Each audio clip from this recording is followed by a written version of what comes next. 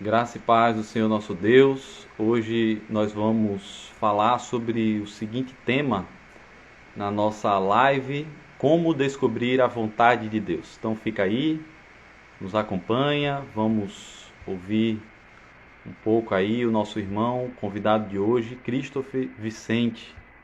Então o tema nosso hoje é como descobrir a vontade de Deus.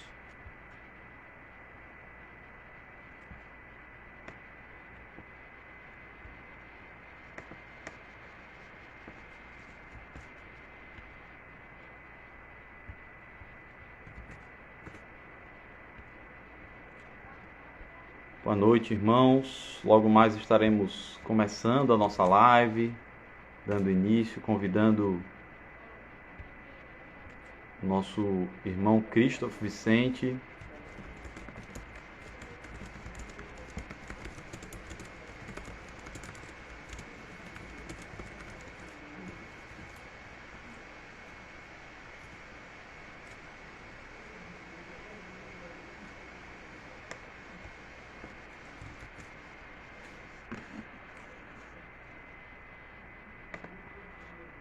Boa noite, Christopher. Boa noite, reverendo. Boa noite, meu irmão Andrei Fernandes.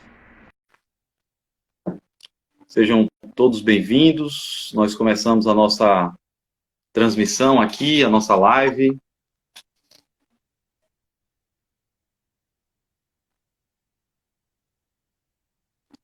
E vamos falar hoje sobre um tema muito importante, muito necessário para nós. Essa live é parte do projeto Semente de Fé. Nós temos o intuito de falar sobre temas fundamentais da fé cristã, doutrinas essenciais da fé cristã. E hoje nós recebemos o nosso irmão, reverendo Christopher Vicente, para falar sobre esse tema muito importante, muito necessário. A professor Andrei, presbítero Andrei já está colocando aí graça e paz, meu querido, graça e paz, Christopher. Graças a paz, Andrei, presbítero querido. Graça e paz, pastor Christopher. Seja bem-vindo e boa noite. Boa noite, Ian. Muito obrigado pelo convite. Alegria estar com vocês aqui, compartilhando de um tema tão recorrente no coração do povo de Deus, né? Essa pergunta, que é o É tema-chave, verdade. né? É muito útil esse nosso tempo de conversa.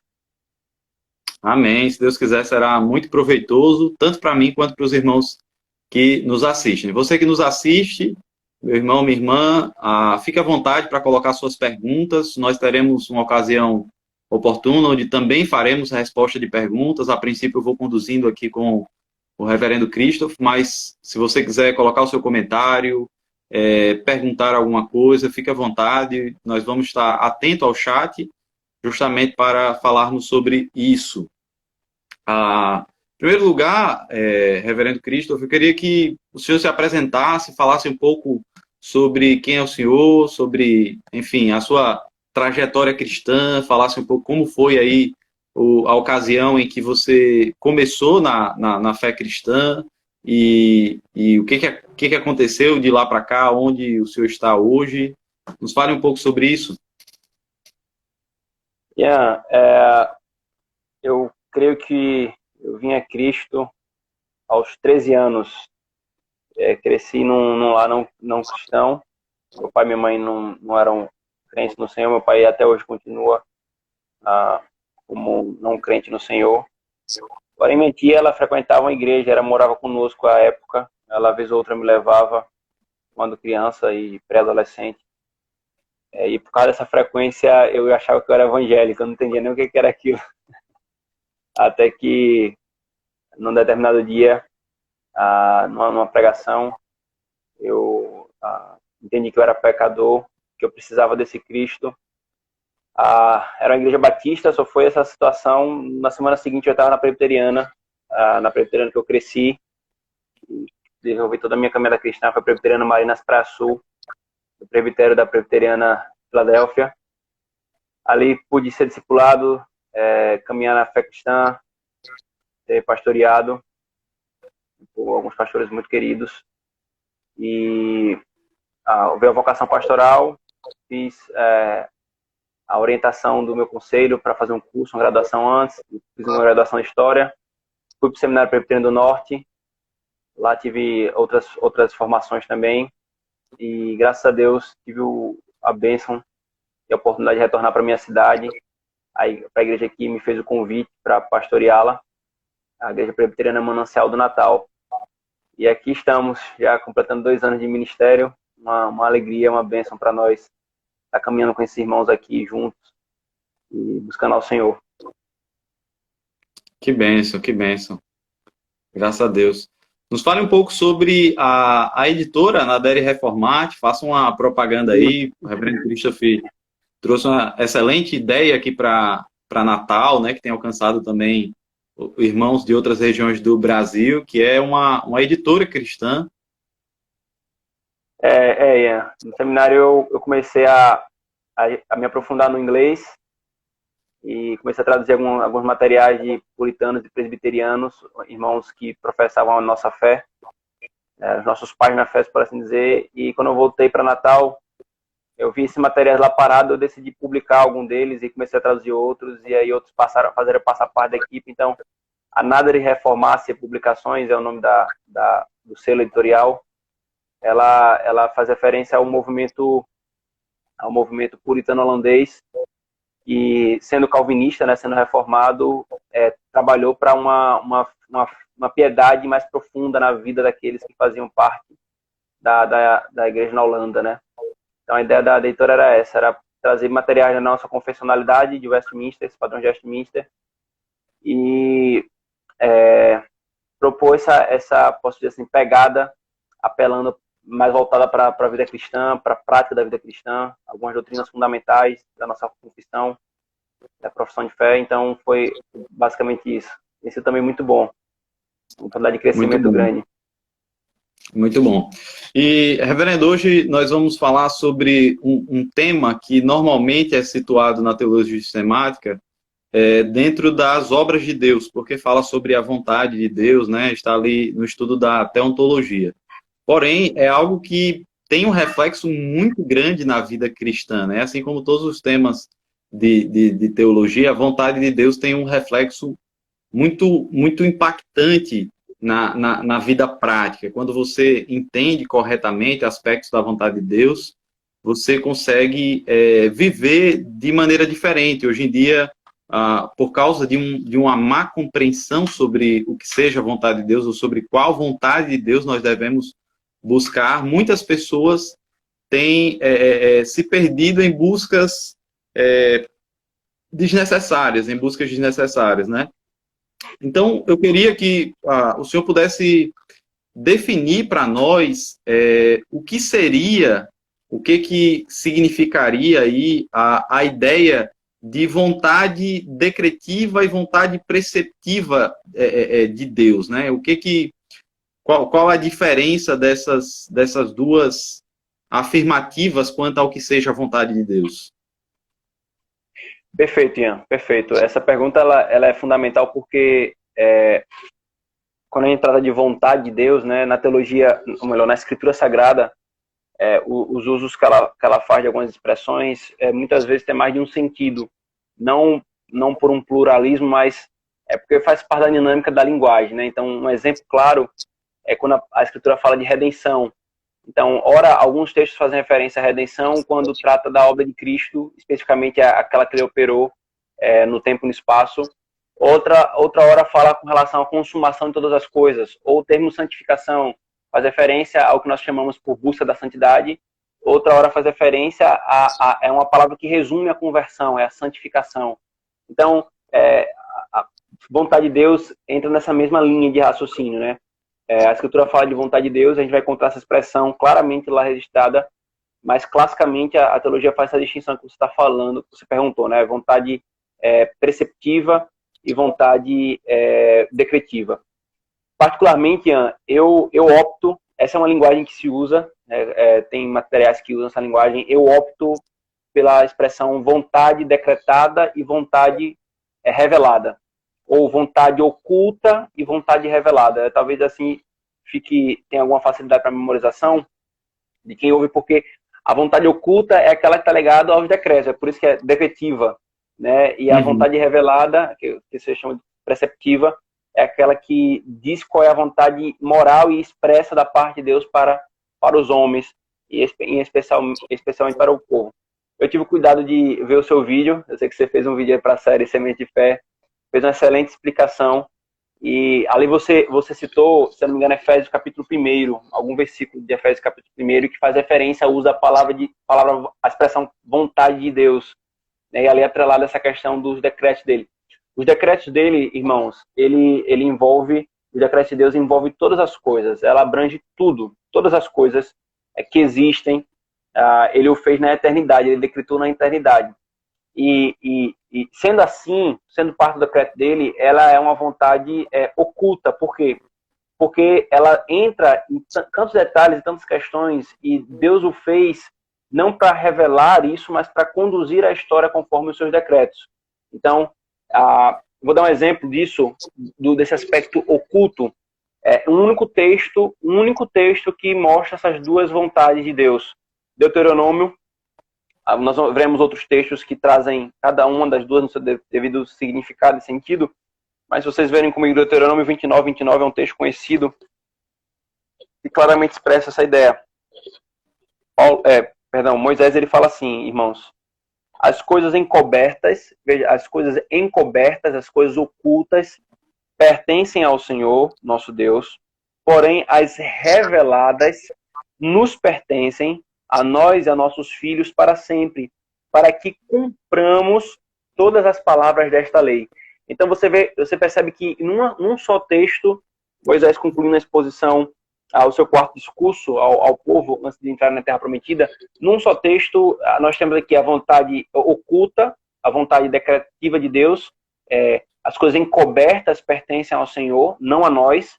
E quando fala que pertence ao Senhor, não a nós, isso inclui que nós não devemos buscar saber qual é a vontade decretiva do Senhor. Mas, Moisés é claro, as coisas reveladas nos pertencem a nós e aos nossos filhos. E perceba que ele coloca aqui, intimamente ligado com o fato de nos pertencer, com o fato de nós devemos cumprir. Essa é aquilo que foi revelado da parte de Deus. Então aqui nós temos a vontade oculta e a vontade revelada. Um outro texto, Ian, que dá pra, agora focando só na vontade oculta ou a vontade decretiva de Deus, é Isaías, capítulo 46, se alguém estiver acompanhando, versículo 10. Ele diz, vou ler a partir do 9. Lembrai-vos das coisas passadas da antiguidade, que eu sou Deus e não há outro. Eu sou Deus e não há outro semelhante a mim, que desde o princípio anuncio o que há de acontecer, e desde a antiguidade, as coisas que ainda não sucederam. Que digo, o meu conselho permanecerá de pé, farei toda a minha vontade. É interessante que algumas pessoas têm dificuldade, Ian, com essa ideia da vontade decretiva de Deus, ou a vontade oculta, que está intimamente ligado com os decretos de Deus, com a soberania de Deus, e muitas pessoas tentando encaixar Deus no racionalismo humano, terminam por diminuir ou negar esse aspecto do ser de Deus. E ele está falando aqui, isso faz parte do que eu sou. Se você negar isso, eu não sou Deus. Não há nenhum outro semelhante a mim. Eu mostro o quanto eu sou o único, sui generis nisso. Eu anuncio o que vai acontecer e a minha vontade, e aqui é a vontade de Deus decretada, a vontade de Deus oculta, ela vai acontecer. Quando nosso Senhor Jesus Cristo diz, por exemplo, em João capítulo 8, João 6, 38, que ele veio cumprir a vontade do Pai. Ele está fazendo referência ali a todo o decreto da redenção, que Deus ele foi revelando por profecia no decorrer da revelação progressiva, né? Cada detalhe ou alguns aspectos da obra de Cristo. E um outro texto neotestamentário que nos ajuda a entender isso, essa questão da vontade oculta de Deus, é quando Tiago, deixa eu me abrir aqui, Tiago capítulo 3,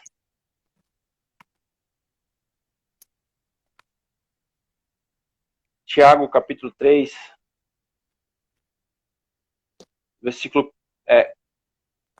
perdão, irmãos, capítulo 4, versículo 14 e 15. Ele diz, vós não sabeis o que sucederá amanhã. Que é a vossa vida? Sois apenas como neblina que aparece por instante e logo se dissipa. Em vez disso, devias dizer, se o Senhor quiser, não só viveremos, como também faremos isto ou aquilo. Tiago aqui, irmãos, está repreendendo e reprovando a prática de pessoas que diziam com tanta segurança que farão isso ou aquilo outro, que operarão tal e tal coisa, né? Faziam um planejamento e se agarravam nesse planejamento como se indubitavelmente, sem dúvida, ele fosse acontecer. E aqui, irmãos, Tiago fala assim, vocês têm que falar, se Deus quiser. Então, esse se Deus quiser, nos mostra duas coisas. Primeiro, Deus quiser, faz referência à vontade dele. Se ele quer ou não, é a sua vontade. E esse se nos mostra o aspecto de nós não sabemos se é ou não é a vontade de Deus, o aspecto que é desnudado pela providência. Né? Os decretos de Deus sendo executados e desnudados na providência para o seu povo. Então, Ian, respondendo a primeira parte da pergunta, primeiro, Deuteronômio 29 nos mostra esses dois conceitos ali no texto bíblico. Esses outros textos nos mostram a vontade oculta de Deus, que diz respeito aos seus decretos, ao seu plano eterno. E aqui eu acho que é útil citar o nosso breve catecismo, porque ele resume muito claramente, com muita simplicidade, essa questão. Né? Ele diz, que são os decretos de Deus? Que é o que nós estamos tratando da vontade oculta de Deus. A pergunta 7 do breve catecismo, a resposta é, os decretos de Deus são o seu eterno propósito, segundo o conselho da sua vontade, pelo qual, para a sua própria glória, ele pré-ordenou tudo o que acontece. Então, isso aqui é a vontade oculta de Deus. Nesse sentido, então, queridos, a primeira coisa que, antes de a gente passar para a vontade revelada, um alerta que eu espero ter ocasião para falar novamente sobre isso aqui na nossa live, é o cuidado de não querer, cuidado com o que a gente chama de curiosidade ímpia ou indevida. Se o Senhor fez algo ser oculto, então é porque não deve ser buscado ser conhecido por nenhum meio, ou achar que sem a aprovação de Deus ou a indicação disso na palavra de Deus, ele faz isso, como a gente chama aqui no Nordeste, de qualquer jeito, né? A qualquer momento, de toda hora. Então, até a própria revelação da Escritura Sagrada, se você perceber, você fala assim, mas pastor, Deus fez isso com Abraão, ele revelou a sua vontade oculta para Abraão, Deus fez isso com Isaac, Jacó, com Moisés. Então, ele pode fazer hoje ainda, né? Então, a gente perceber, irmãos, essa questão da revelação da vontade oculta de Deus, ela se dá e está resumida no que foi falado na Escritura Sagrada. Ou seja, na manifestação do seu decreto, no tocante à redenção do homem, no tocante à interpretação de quem nós somos, da criação, no tocante à obra da redenção como um todo e o nosso caminhar na história até o fim, nas coisas que são fundamentais, as doutrinas e compreensões fundamentais. Então, aquilo que ele revelou particularmente da vida de Abraão fez parte desse processo de revelação. Ele o fez porque ele estava utilizando-se de Abraão como meio de revelação, ou a história, a narrativa da vida de Abraão. E veja que não foram todos os pontos. Foram alguns pontos da vida de Abraão que são narrados, ou que ele revelou acerca da vida de Abraão, para que então fosse registrado e nos fosse tomado como revelação da sua vontade oculta para a sua igreja. Essas situações particulares não devem ser tomadas como padrão e normativa. Desculpa, mas aqui. Não pode ser tomada como uma questão normativa, porque está intimamente ligado ao processo de revelação. E a Escritura é só uma, a Escritura foi iniciada e encerrada, e nós devemos então ter o cuidado de guardar o coração de curiosidades e de formas indevidas, meios não ordenados de buscar conhecer uma vontade que não nos foi dada a conhecer, que é a vontade oculta. Nesse sentido, então, Ian, respondendo à segunda parte da pergunta, a vontade revelada é explicitamente o seu desejo, se eu posso falar assim, a vontade moral da parte do Senhor, para que os homens organizem a sua vida, né, direcionem a sua vida, por isso que foi revelado da parte dele. Então, um exemplo muito claro disso, muito claro mesmo, 1 Tessalonicenses, capítulo 4, primeira epístola de Paulo aos Tessalonicenses, capítulo 4, versículo 3. Ele diz, pois esta é a vontade de Deus, a vossa santificação, que vos abstenhais da prostituição. Explicitamente o apóstolo Paulo anuncia, esta é a vontade de Deus. E aí ele vai, então, diz qual é o conteúdo dessa vontade dele no tocante ao que ele está tratando com a igreja. É que vocês se santifiquem, a santificação de vocês, e que vocês se abstenham da prostituição e etc. Ele continua, então, a argumentação. Então, veja, aqui, novamente, o texto bíblico usa a expressão vontade de Deus, mas, claramente, ele está associado a uma coisa que envolve aspecto moral, aspecto de direção para a vida, como eu devo viver. Então, a vontade oculta de Deus pertence apenas a Deus, ao Deus Pai, Deus Filho e Deus Espírito Santo, e isso não nos cabe conhecer. O que ele quis me revelar, ele mostrou no tocante à obra da redenção, naquilo que nós devemos entender para a interpretação de quem nós somos, do que ele é, do que o mundo é, e a sua vontade moral, a vontade revelada, ou a vontade preceptiva, ela é a vontade que diz o que é bom e o que é mal, o que é certo e o que é errado, o que os homens devem fazer e o que os homens devem deixar de fazer. Nós não conduzimos a nossa vida segundo a vontade oculta de Deus. Nós conduzimos a nossa vida segundo a vontade revelada de Deus. Essa é a norma. É porque o homem pode falar assim, eu estou pecando. Bom, se Deus é soberano e nada sai do seu controle, se eu estou pecando é porque é a sua vontade. Logo, não é culpa minha o meu pecado. Não.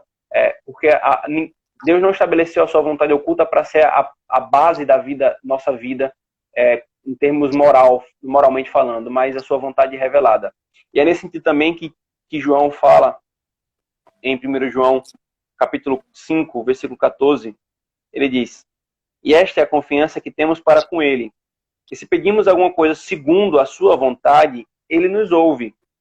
E se sabemos que ele nos ouve quanto ao que lhe pedimos, estamos certos que obtemos o que pedimos, obtemos os pedidos que lhe temos feito.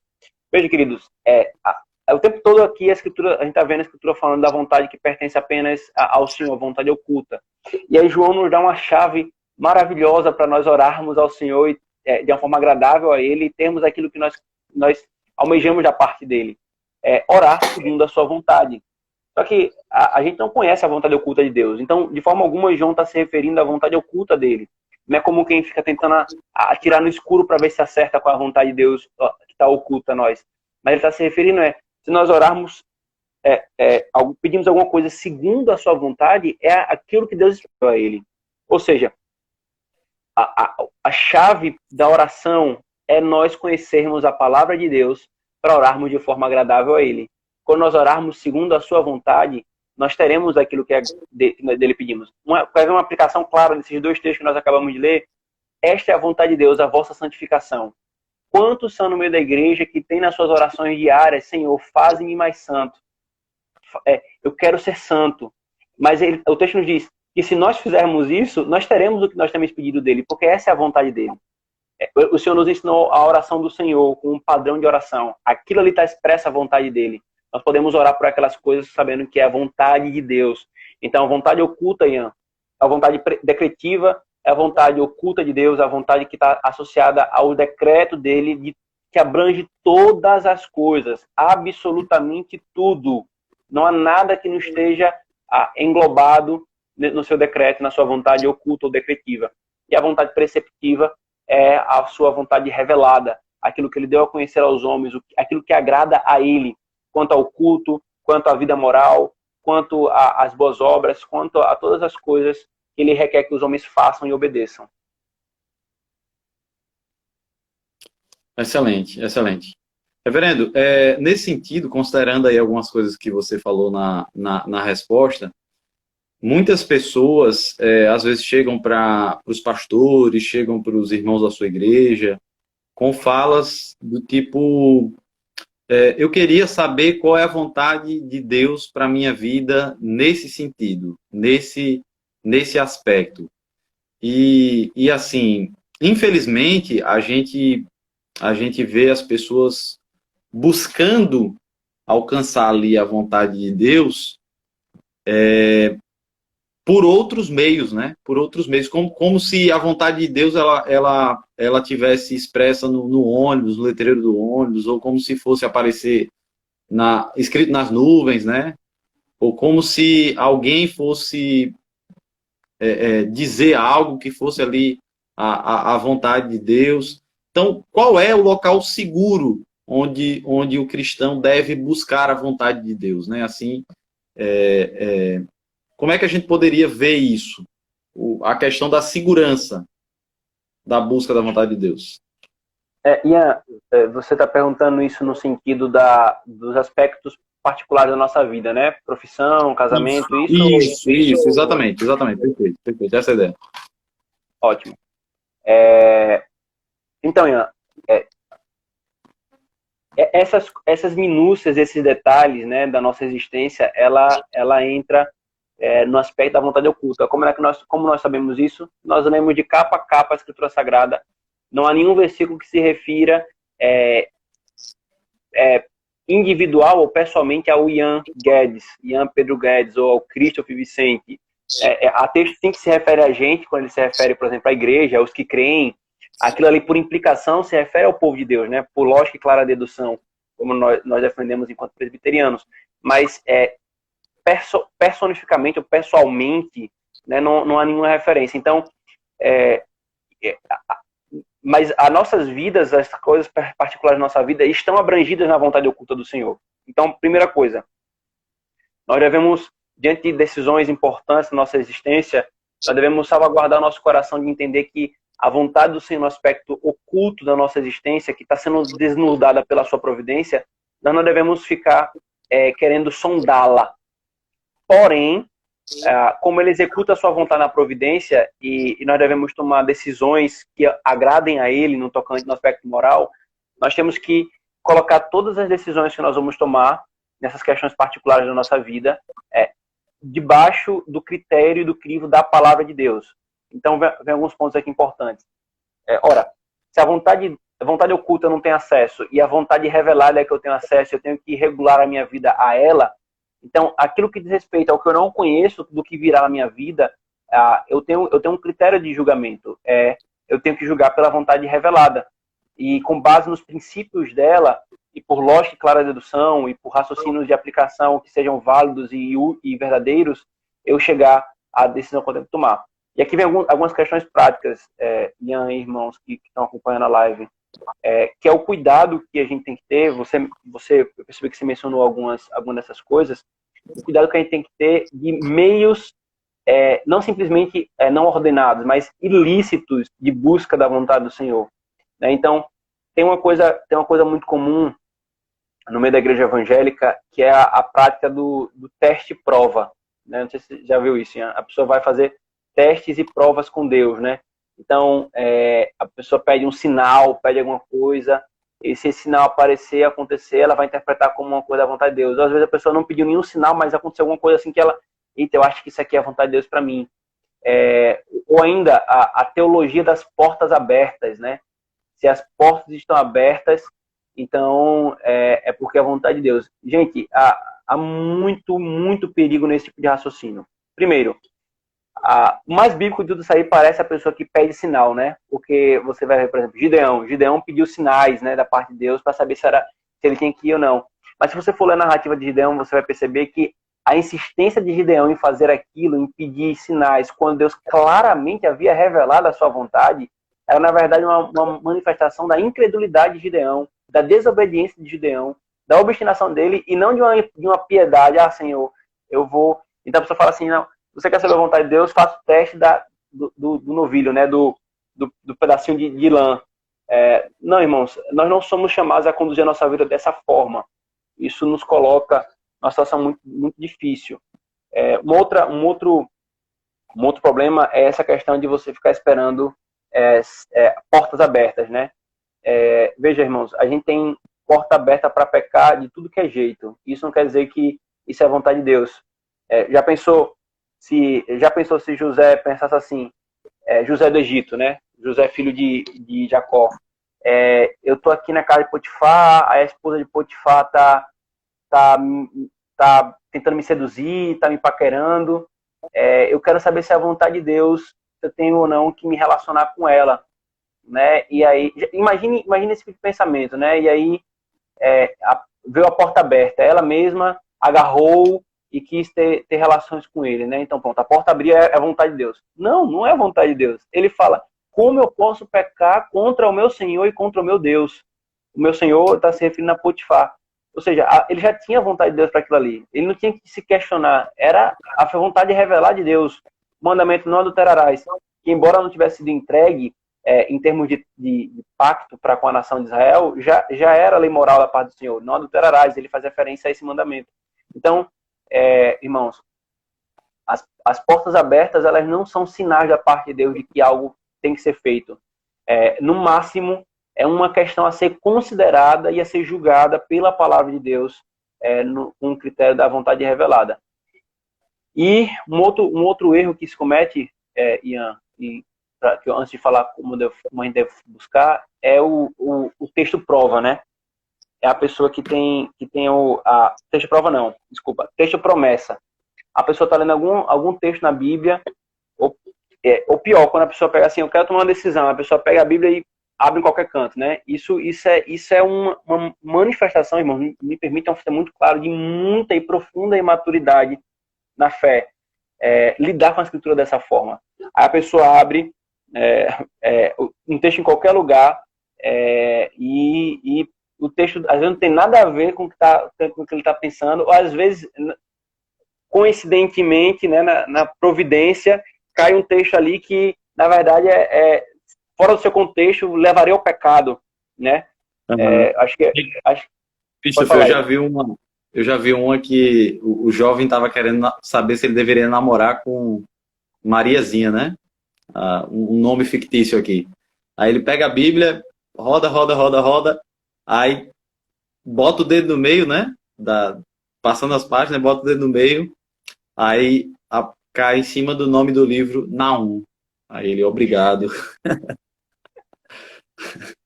Ele entende aquilo como não, ó. Entendeu como não. É isso mesmo.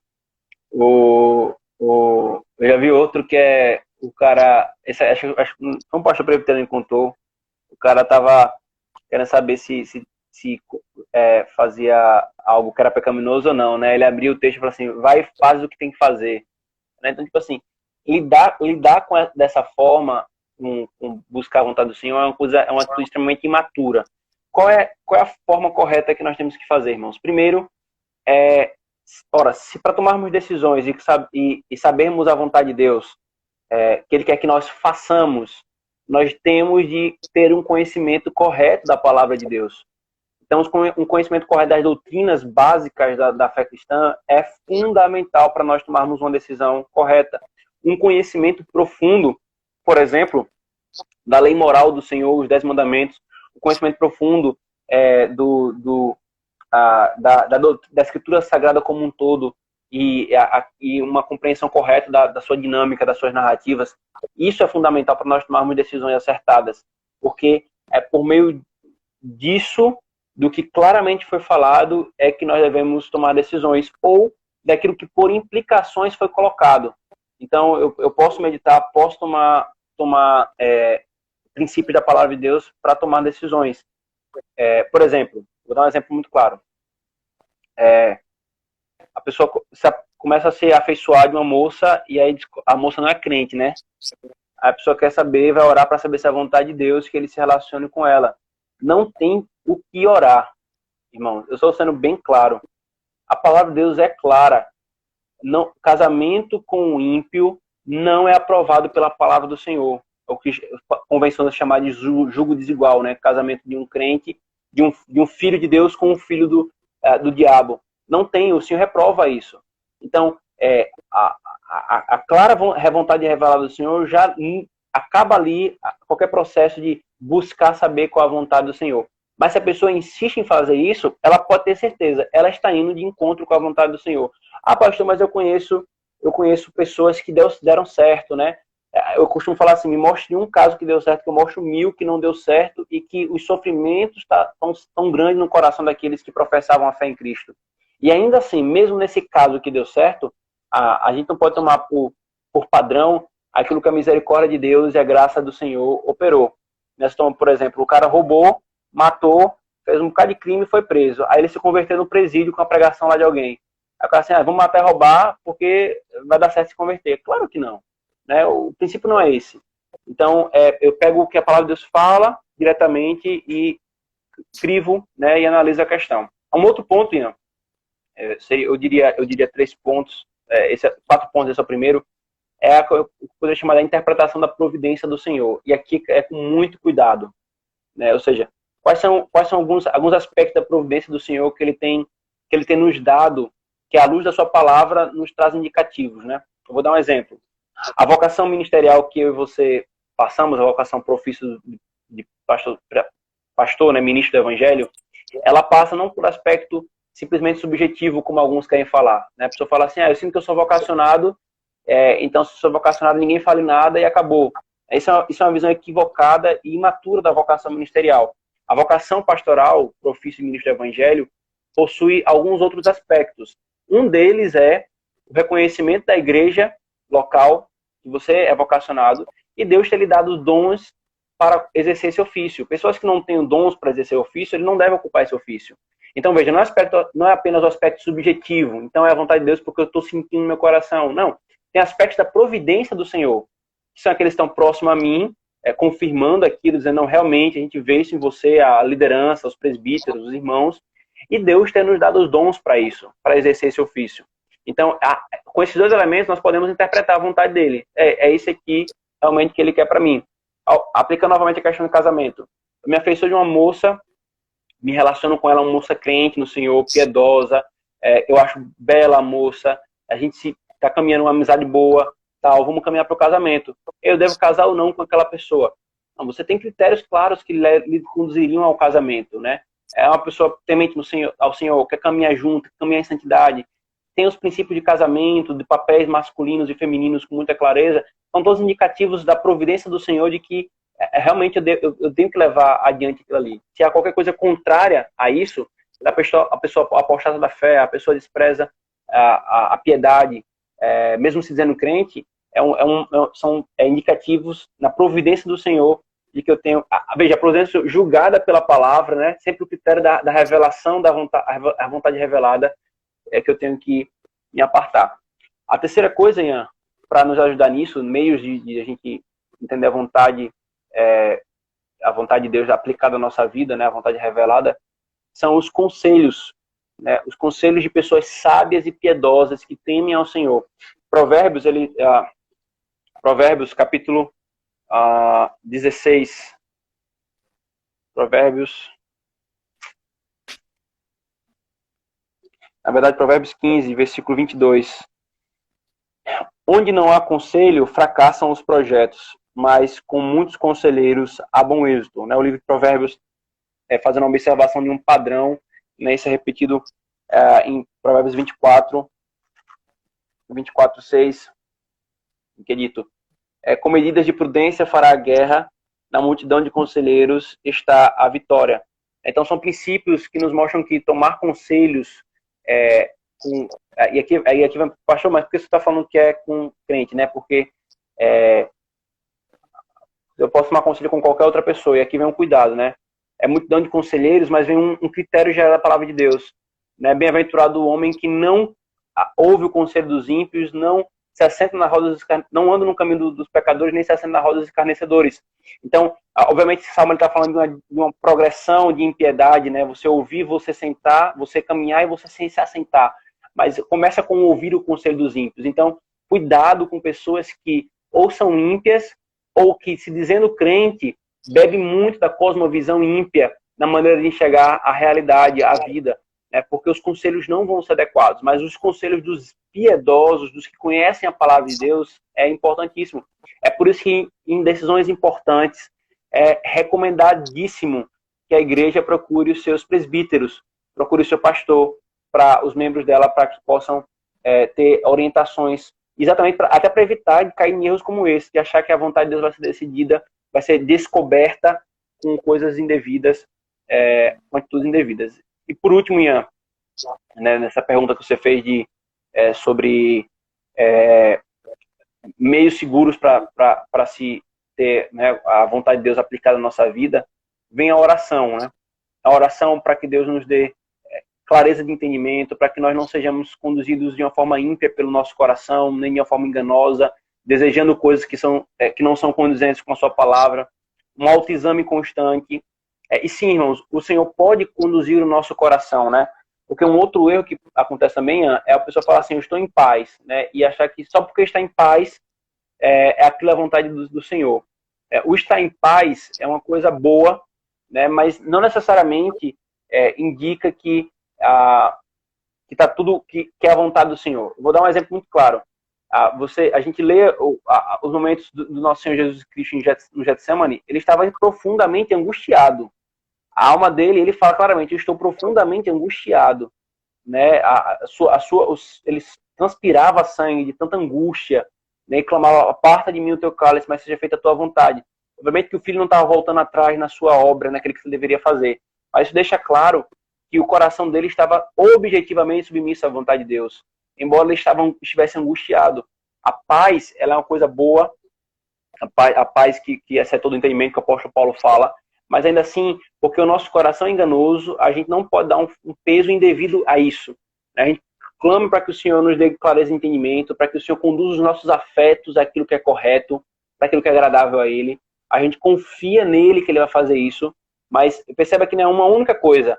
É um fator, são várias formas, a oração, o conhecimento da palavra, conselhos e interpretação da providência à luz da palavra, desses critérios, para nos dar uma decisão que seja agradável ao Senhor. E às vezes a gente vai tomar decisões que redundaram em erros, não foram o melhor possível, outras a gente nem imaginava foram as melhores do que poderia ser, né? E o ponto é, nosso coração desde o princípio está desejoso de buscar aquilo que é agradável ao Senhor, que foi revelado na sua palavra.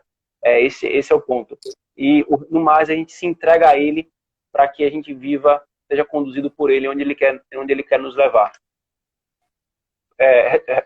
Com esses 4 pontos, Ian, responderia a sua pergunta? Com certeza, reverendo. Foi uma bênção. De fato, é bem isso mesmo, né? A gente tem que entender primeiro que precisa estar à luz da palavra de Deus, depois à luz da providência de Deus, né?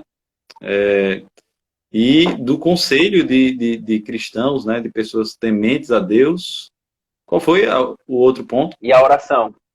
E a oração. O Senhor, oração. E dentro da oração Bíblia, foi o aspecto do Senhor conduzir o nosso coração. Bíblia, oração, conselhos e palavra de Deus, né? Bíblia já foi palavra de Deus. Providência. Bíblia, oração, providência e conselhos de Deus. De fato, é um excelente caminho, né, para buscarmos a vontade de Deus no sentido de coisas lícitas, né? Ou seja, está dentro daquilo que Deus quer para nós. Michel, tem um irmão que está nos assistindo,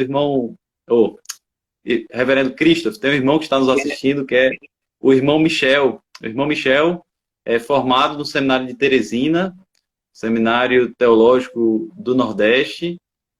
Foi aluno do reverendo Moisés Bezerril, do reverendo Paulo Brasil, lá na década de 2000, e hoje ele congrega na congregação de São Paulo, Congregação Presbiteriana Peniel. Michel, seja muito bem-vindo. Ele colocou aqui nos comentários: vontade de Deus igual a decálogo, igual a Jesus, né? Acho que expressando aí a ideia de que a vontade revelada de Deus está especialmente expressa nos termos da aliança de Deus, né? Que são os 10 mandamentos, e também na pessoa de Cristo, né? Na pessoa de Cristo. Excelente. Meus irmãos, vocês que nos assistem, mande perguntas. A gente acabou de receber aqui uma pergunta do Wagner. Eu vou priorizá-la. A gente tinha outras perguntas aqui para fazer também, né, reverendo? Mas eu vou priorizar essa do Wagner, que colocou aqui, ela muito pertinente para nós e traz uma certa complementação ao que o senhor estava falando. O Wagner pergunta o seguinte: como uma igreja pode identificar se está seguindo de acordo com a vontade de Deus? Aí tem um desenvolvimento. Os resultados obtidos necessariamente expressam se a igreja está debaixo da vontade de Deus? Muito boa essa pergunta do Wagner.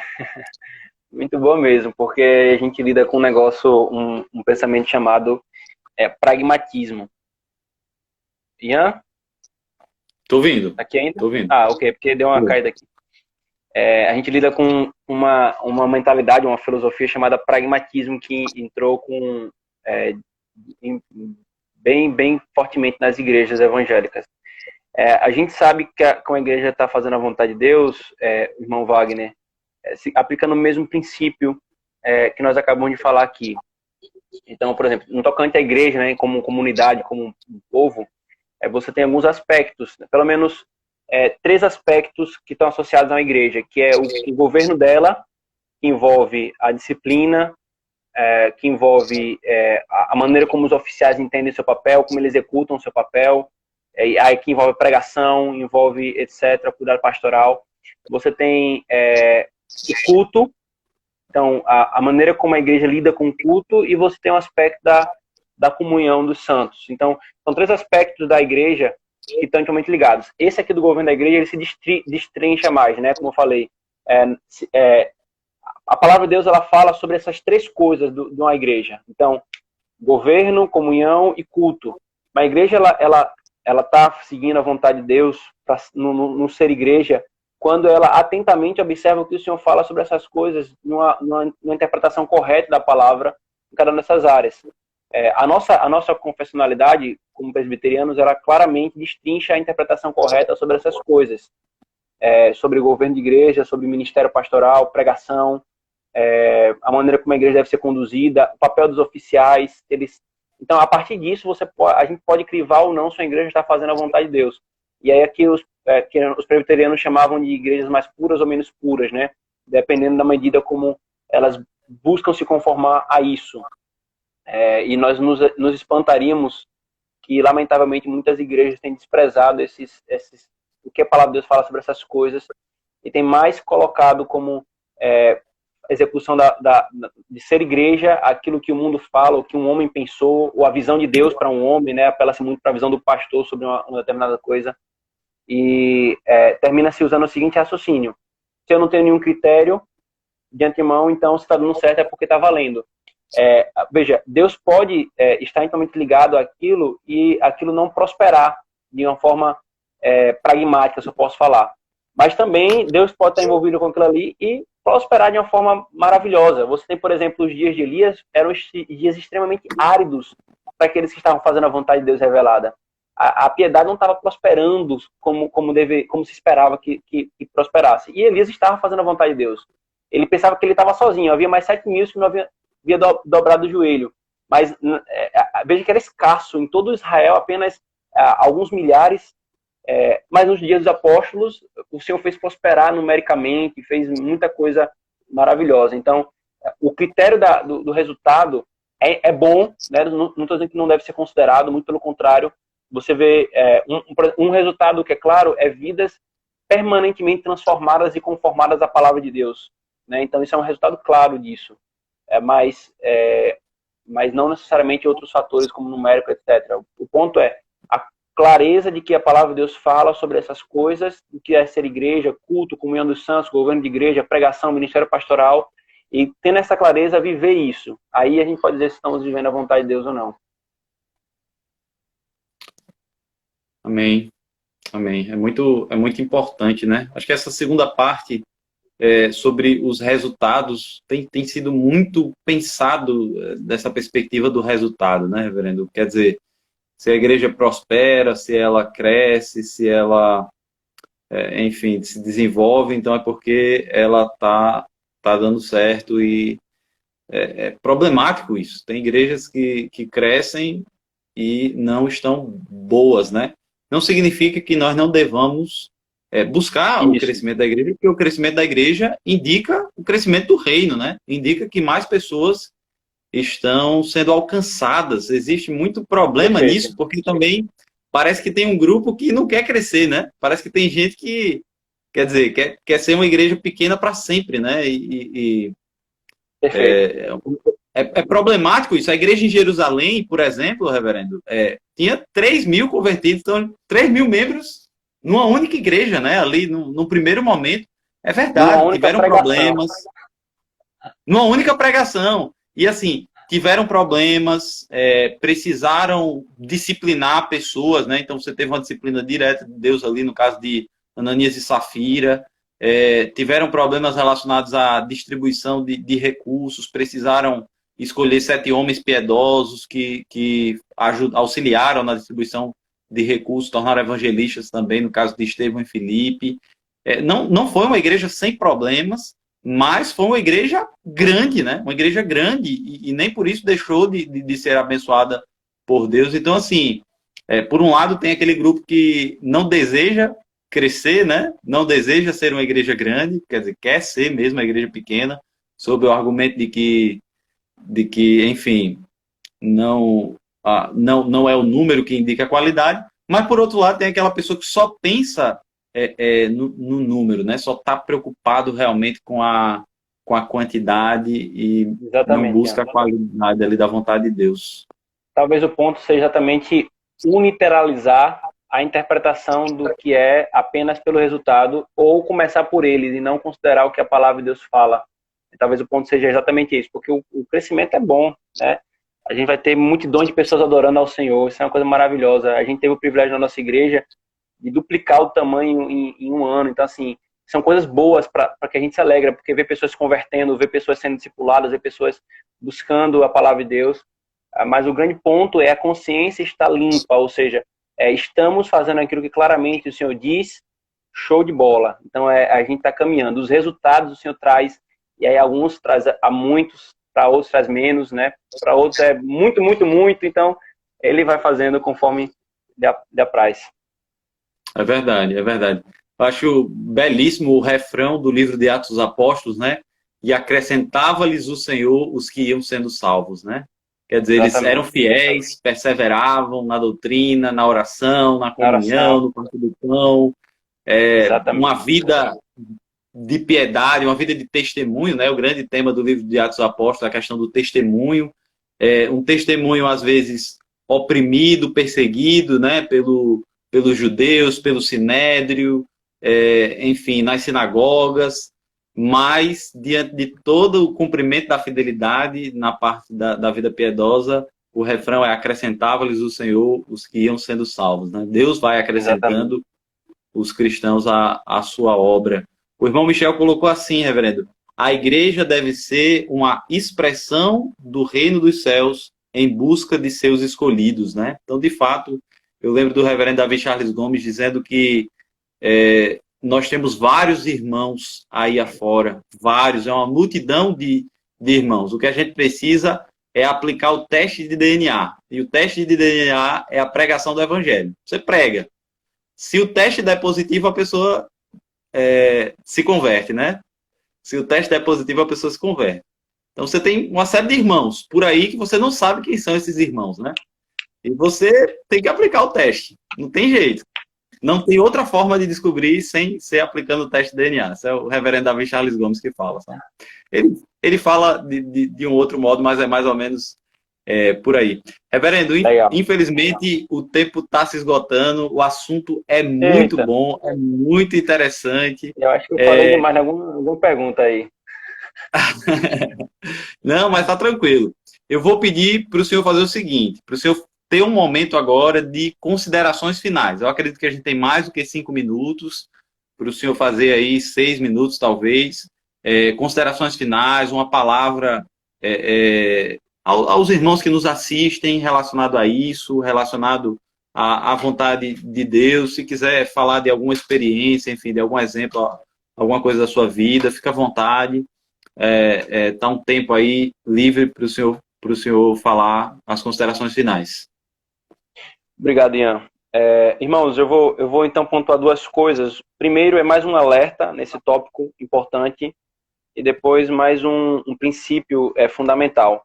O alerta eu mencionei ele, mas eu quero ilustrar. É a tentação de alguns confundindo as 2 vontades ou anulando uma em detrimento da outra, fazer de Deus culpado por nossos pecados, né? Já que a vontade dele é decretada, está intimamente ligado com a vontade revelada dele, por que ele não impede que a gente peque? Então, são perguntas que podem surgir nesse sentido. E no estado que nós estamos vivendo, irmão, no estado de queda, em que o mundo, especialmente os seres humanos como seres morais, eles são seres morais, isso não anulou, eles têm responsabilidade moral, embora Deus tenha decretado todas as coisas, isso não viola a liberdade moral ou a responsabilidade moral da sua criatura. Então, é tanto que nós temos, por exemplo, Atos capítulo 2, versículo 22 e 23, Pedro dizendo: varões israelitas, atendei a estas palavras, Jesus Nazareno, varão aprovado por Deus diante de vós, com milagres, prodígios e sinais, os quais o próprio Deus realizou por intermédio dele entre vós, como vós mesmos sabeis. Sendo este entregue, veja, pelo determinado desígnio e presciência de Deus, vontade revelada, vontade oculta, certo? Aí ele fala: vós o matastes, crucificando-o por mãos de iníquos. Ou seja, havia uma vontade decretada de Deus, os homens executaram essa vontade, mas Pedro, aqui em Atos 2, em Atos 4 novamente, dirige-se a eles dizendo assim: vocês fizeram aquilo que não era da vontade de Deus, ou seja, vocês mataram um santo. Então, de uma certa forma, eles são culpados por não seguir a vontade revelada de Deus. Eles mataram alguém que era inocente, eles se levantaram contra uma pessoa, eles pecaram, e ao mesmo tempo, Pedro fala, e cumpriu-se a vontade de Deus, então, decretada. E Deus não é culpado pelo pecado. Tiago fala que em Deus não há sombra de mal algum, né? Esse é um ponto, então, só alerta para que ninguém use de uma forma confusa a vontade de Deus. E o último é o Salmo 37, que diz: confia no Senhor, faz o bem, habita na terra, alimenta-te da verdade, agrada-te do Senhor e Ele satisfará os desejos do teu coração. Entrega o teu caminho ao Senhor, confia nele, o mais Ele fará. É um texto muito comum também nessa questão da discussão da vontade de Deus, ansiedade, etc. E o ponto é que, normalmente, as pessoas têm enfatizado que Ele satisfará os desejos do teu coração e o mais Ele fará. Então, é como se eu tivesse que simplesmente esperar Deus me servir fazendo aquilo que eu quero. Mas a Escritura fala claramente que os desejos do nosso coração são enganosos. Qual é o grande ponto aqui? O grande ponto é nos verbos que o texto nos dá um ênfase e não nos que as pessoas querem enfatizar. Confia no Senhor, faz o bem, agrada-te do Senhor, entrega-te ao Senhor. São todos verbos que estão associados a uma procura de me conformar ao que Deus diz em sua palavra. Uma procura de me adequar à sua vontade revelada. Quando eu me conformar a isso, qual vai ser a conformação do meu coração? O meu coração vai se conformar àquilo que é agradável ao Senhor. E então eu vou ver com muita naturalidade eu desejando aquilo que é agradável ao Senhor e tendo aquilo que é agradável ao Senhor sendo cumprido na minha vida. É basicamente o que João falou em 1 João capítulo 5, versículo 14. Orar segundo a vontade dele e termos o que nós oramos, porque nós oramos segundo a sua vontade. E esse é o melhor caminho, irmãos, para nós tomarmos decisões na nossa vida e sabermos e executarmos a vontade de Deus. É ter o nosso coração encharcado da palavra de Deus, encharcado de oração, encharcado de piedade, para que então ele seja glorificado.